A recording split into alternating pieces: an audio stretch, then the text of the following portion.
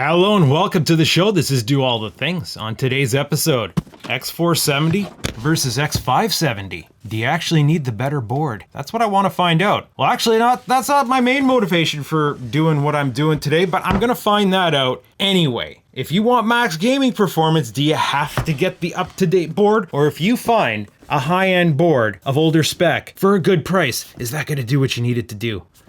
We'll find out.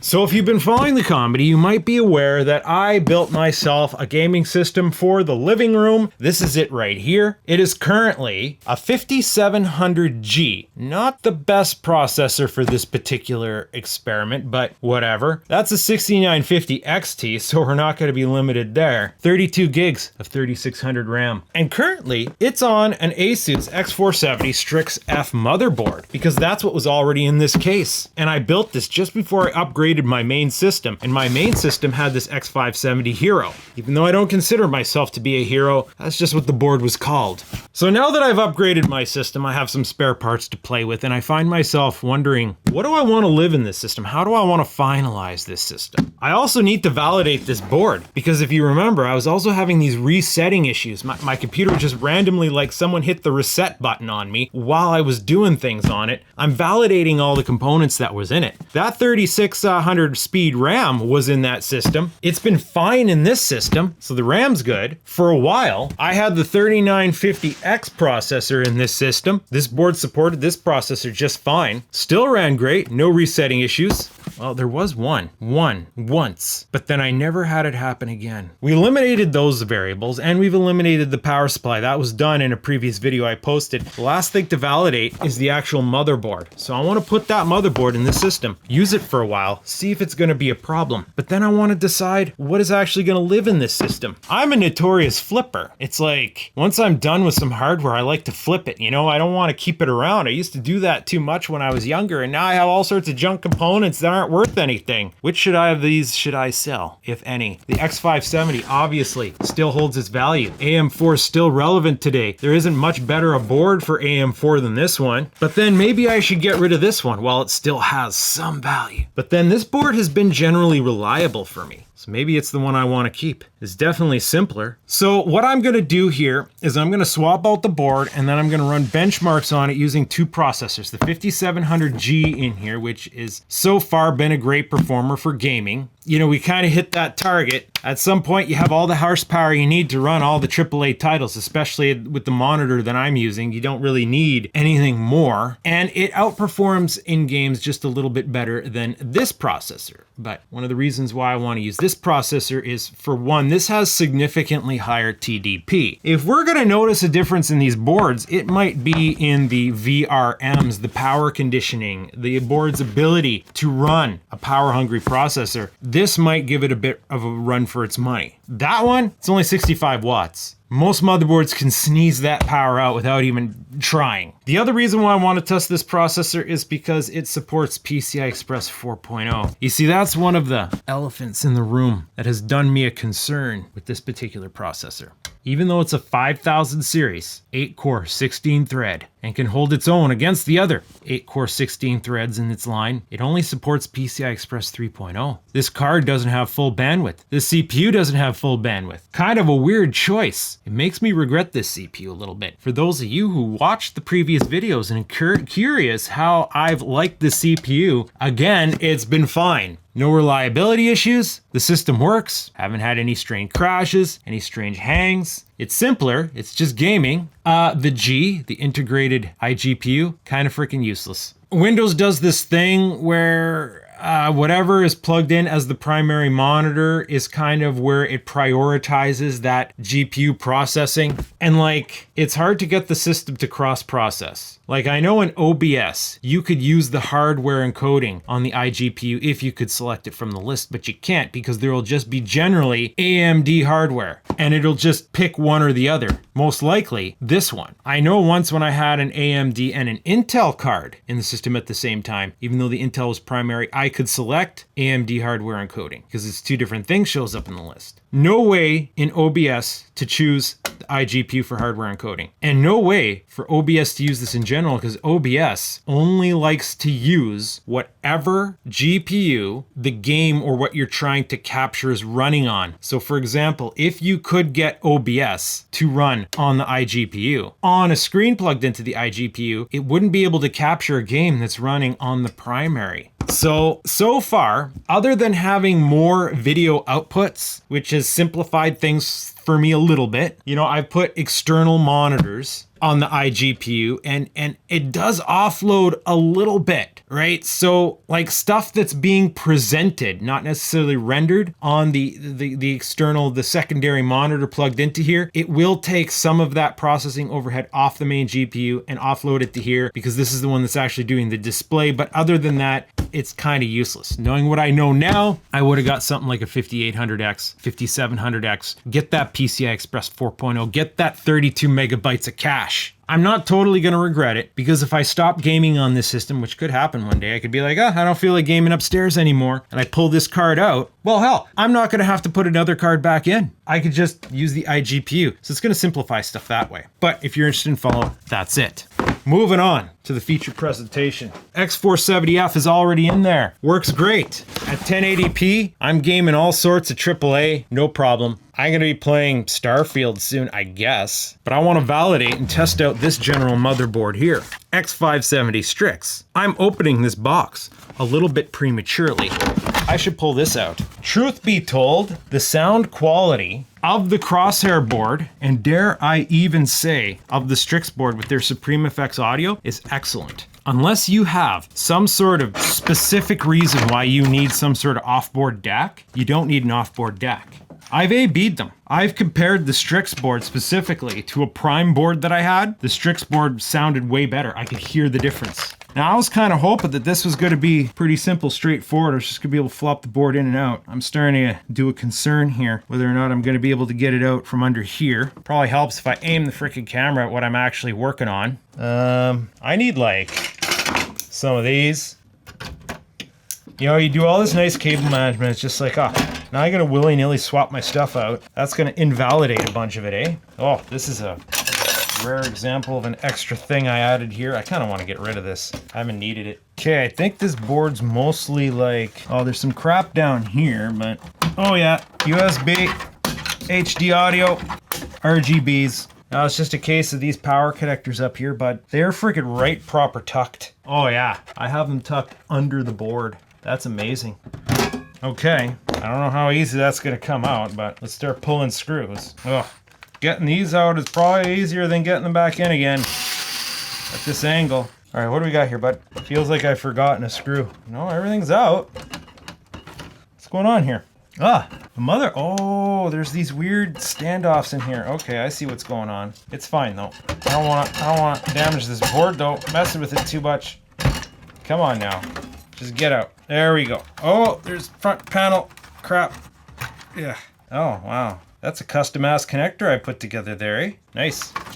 I have this special adapter that I made one day so that I can run external things off the internal power supply. So it's like Molex to barrel jack, so I could just like do that. This is 5 volts to run this video thing that I had. All right, set that aside. Let's start the transfer.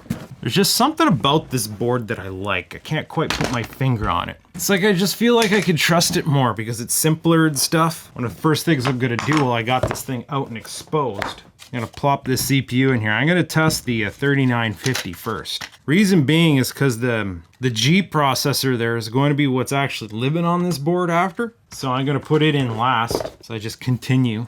This cooler scraped up this CPU too. Not cool, buds. Never used to be like that. I wonder what the frick's going on. I just don't understand how this happened. Now, one advantage I believe we have is I believe these chipsets are similar enough that we're not really going to need to reinstall any drivers or anything, which I'm not initially going to do. So we'll see. We'll see. You know, if the results are so heavily skewed that it's like it's obvious something's not working right, then we can reinstall the drivers or try to update them, even though that's a hair-raising process with AMD. But that doth mean I should be able to willy-nilly move the boot drive over. Just get her in there. I saved my protective covers. Now, one way I am going to be conscientiously skewing the results is I'm not using the same thermal paste. Don't think that should make a difference, especially not the 65 watts. I've been blowing through a lot of my thermal grizzly doing these swaps. Decided this time I'm going back to the, whatchamacallit, the the Noctua paste. That's what I'm going to use this time. Should be fine though. Doesn't seem like a big deal to me.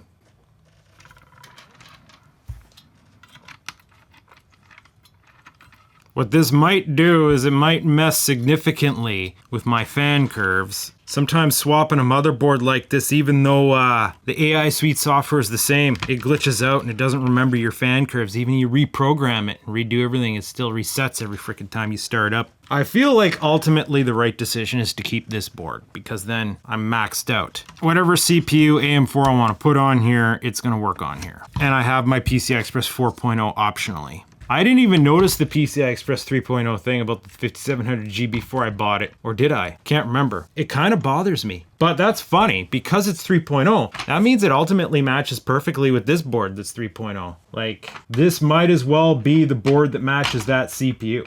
Okay, I think this is pretty much ready now. The only thing is, should I connect all of these ATX powers? Now, I sure as hell know that I don't need this with the 5700G. And it's debatable whether I need it with the 3950X, because, well, I didn't have it with the 470 board. But I guess to be completely fair, I guess we should give the board all the power that's available. Funny story is when I was running that X470 board with a 2700X and two Vega 64s, my 1200 watt power supply was good enough to power it. But then with the same two Vega 64s and a 3800X on that X570 board, all of a sudden my 1200 watts wasn't enough. This thing still only has a 750. What are the chances that this board upgrade might be the straw that breaks the camel's back? Because I feel like the one time that I had a reset with this processor was probably during some sort of like peak. And I feel like it was just the power, you know? All right, let's see if we can't lower this in here. Gently now, gently. We got these cables. We got to get these cables up and over. Come on now, come on cables. Come on, down, gently. Oh, come on, hey. Okay, it's a little hung up. Okay, there we go, there we go.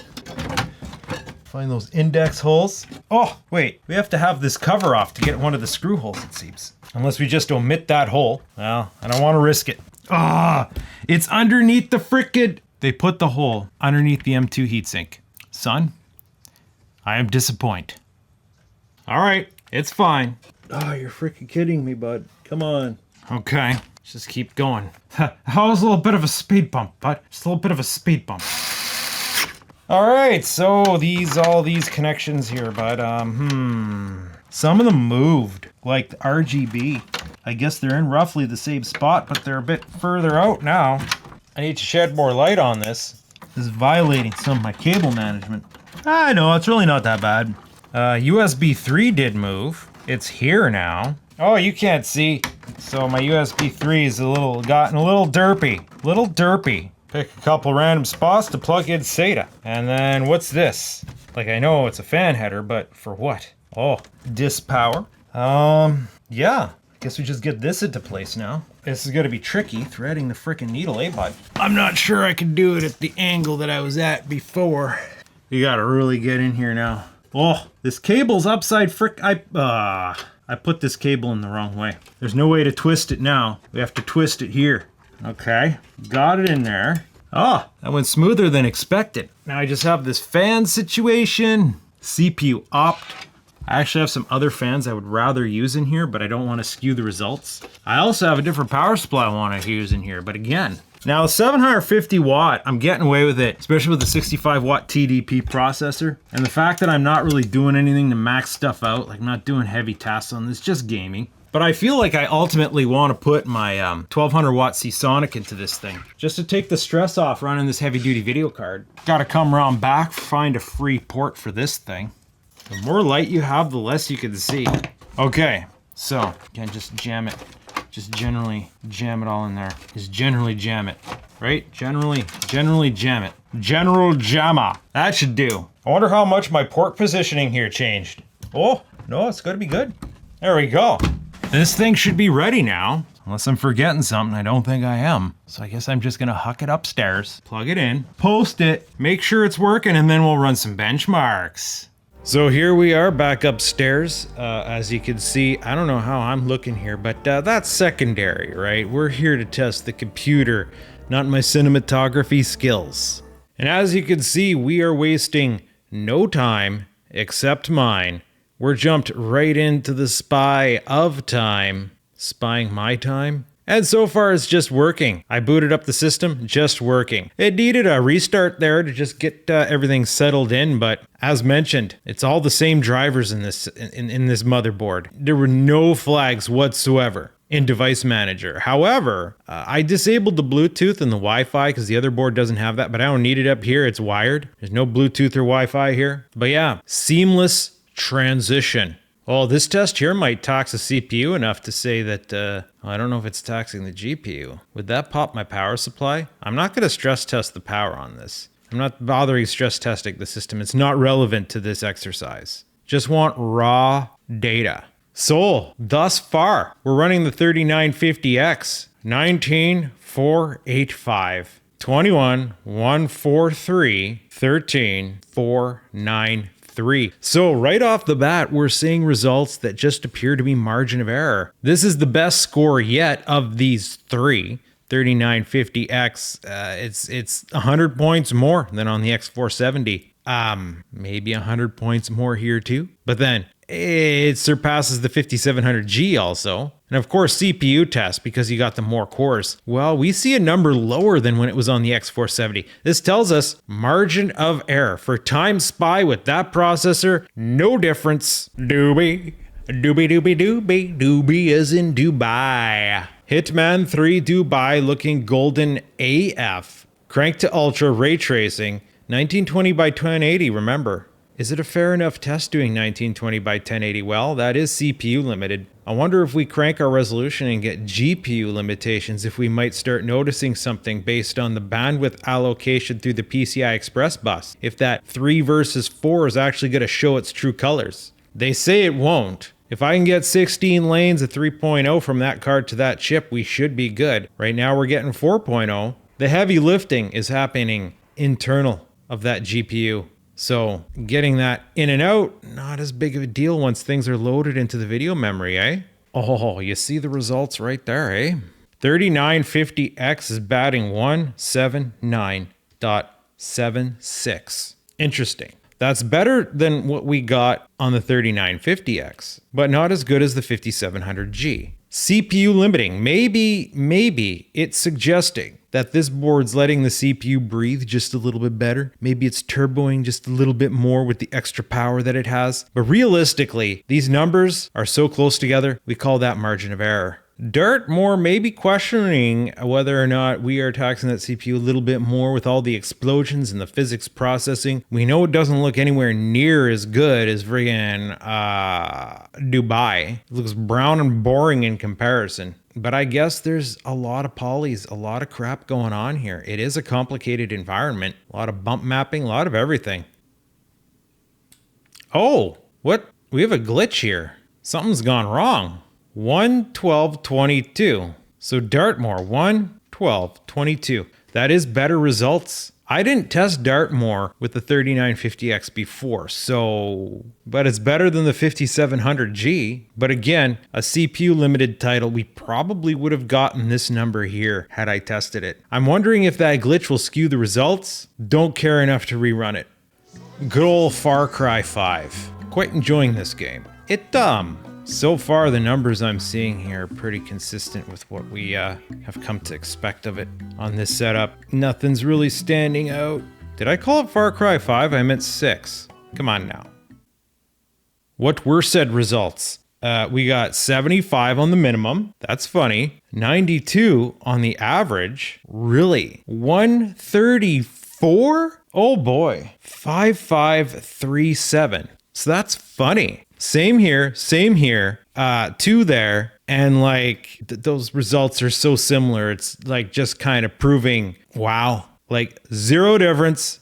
And of course, we have to kick that elephant out of the room. Cyberpunk 2077, the pig, the crisis. Can it run Cyberpunk? So far, yes. This is ultra without ray tracing, and we're getting hundreds of frames a second as expected. because not that much has changed. So what did we get? Minimum 3532. Wow. As you can see, we had better mins with the 5700G before. We're getting better mins. Maybe we're starting to see some difference, but not really, because our average is still only 139.57. So we've maintained a slightly higher minimum. Maximum 229 frames rendered, 8968. So across the board, well, yeah, across the board, that's the same. That's pretty much the same. This is the only thing that stands out. And then we do have a few more, over 100 more frames rendered. So that feels like the same to me. Now moving on, CPU raw performance. Here's Cinebench R20. Now I'm opting to skip Cinebench R23 because it takes so damn long to run it. And one reason why it does is because it reruns the test so that the CPU can heat saturate, thermal throttle, do whatever it has to do, and then average those results. In here, we're not testing the CPU per se, we're just straight up drag racing to see how the chipset communicates. Quite frankly, I don't feel like waiting 20 minutes right now. 8498. R20, 8498. So it's actually lower than here, which could be, maybe I don't have the same combination of crap running in the background. We're going to dig on a little bit of R15 here just for good measure. It goes lickety split fast because it's nowhere. I guess that's not as complicated an image to process. 3761. 3761. So we're noticing in raw CPU horsepower, it's actually just a slight slower than the X470. I wonder what that could be. Is it possible that because this board's more complicated, like it has more drivers and crap running in the background that are just slightly skewing those results, and the simpler board can breathe a bit better? Either way, raw CPU horsepower, which shouldn't be affected by the board at all, because I'm sure a lot of that's happening internally, and the only thing the chipset has to do is communicate to the GPU, okay, here's what everything looks like. And then that's it. The fact of the matter is, in the world of AMD, I don't know what it's like on Intel. A lot of stuff is happening internally now. That's the reason why there is something known as the SoC, the system on chip. Basically, your chipset, your actual chipset, or what we used to know as a Northbridge, is built onto the CPU now. All the board is just like a glorified frickin' hub breakout cable, docking bay. The GPU jacks directly into the CPU. Your M2 hard drive, SSD, jacks directly into the CPU. Many of your ports even jack directly into the CPU. Your audio controller, if it's via PCI Express, jack directly into the CPU. It used to be the CPU had a separate link to your chipset, then your chipset was your PCI Express distribution, but that's not the case anymore. Everything can jack directly into the CPU, and the actual board itself, the little chipset on there, is just a hub to distribute to, okay, here's some SATAs. Even SATA controllers built onto some of the CPUs. Here's more USBs. Here's a few more PCI Express. It all has to do more with the VRM and the BIOS programming of the board. So if the board already has a good VRM and already has a good BIOS to run that chip maximally, then it doesn't freaking matter the rest of it really. All you need is a solid connection to that GPU, which in this case, we're finding these taxing games, they're not saturating the PCI Express 3.0 bus. So moving forward, if you're interested in future-proofing, yeah, maybe you'd want the board with the PCI Express 4.0, but I think we've gotten to the point that by the time we get GPUs that can saturate 4.0, we're not going to be running AM4 processors anymore. You're going to be in a completely different platform. And so exactly what my gut said is proven here. I'm not even sure if I want to go on to bother testing the 5700G. I'm expecting pretty much all the same results. It's PCI Express 3.0. Maybe if I had a 5800 X3D on hand, I'd see some difference in performance because it's 4.0, because it's faster. Maybe there could be communication bottlenecks with this GPU. Maybe if I was running 1440, I don't know. I think if you're trying to save money buying an X470 board, you're not asking the questions of 1440, because if you're running a GPU like that, and a 1440 monitor, you're not worried about the amount of money you're spending on your board, I guess. But hey, maybe you could afford a better monitor and GPU if you skimp on the board, if you get yourself a used X470. But yeah, I don't know what to tell you. I don't even think I want to bother filming the 5700G. If there's something of note, because I'm going to run this processor for a couple days just to further validate this rig to see, because it has that's the same processor, motherboard, RAM combination I was running downstairs when I was getting the resetting issue. I'm interested in seeing if that issue persists, if we have it come back with that configuration before I put the 5700G in. When I put the 5700G back in, I'll run those tests again, but I think I'm just going to insert it as some B-roll here. All right, so for the 5700G on TimeSpy, 18, 143, 20, 977, 10, 277, pretty much all the exact same number ranges, but Hitman, Dubai, same results, pretty much same results. The only thing is I removed the RT prompt because it turned out when I did these tests, I didn't have properly RT turned on. I had RT, the setting turned on, and I had one of the other settings turned on, but I didn't have ray trace reflections, which dropped the frame rate down to the 60s. So I matched those settings. Not exactly accurate, but that's fine. Farcry 6, pretty much the same across here. We got a little bit more here, and we got as much frames as the processor has numbers. Pretty much still margin of error. Cyberpunk is the anomaly. We got a notable larger amount of frames, about the same max, but we got more average and more minimum. Cyberpunk is running better on this rig, and I don't have any explanations for that other than I changed the audio drivers. I think I was tinkering with that, but that shouldn't make a huge heck of a difference. I'm thinking Cyberpunk updated in the background while I wasn't paying attention. It's the only explanation I have when all other results are equal. We'll run Cinebench real quick. 2110, effectively no change.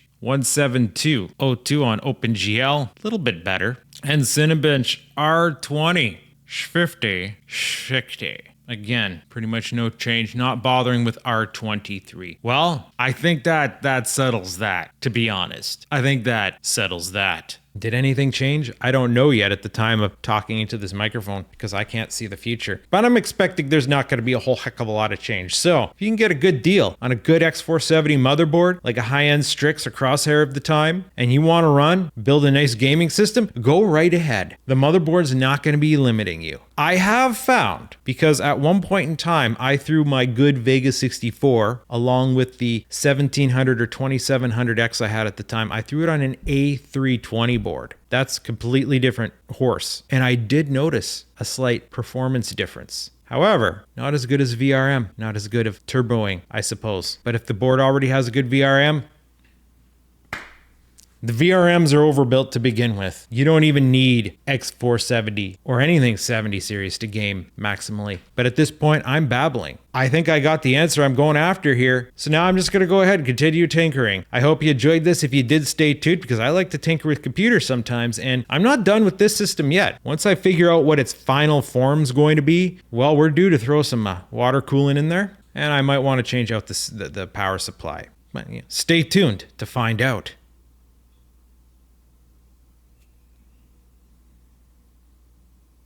I'm finishing just perfectly in time for dinner. And yeah, I don't even feel like testing this anymore. Just gonna keep it like this for a little while.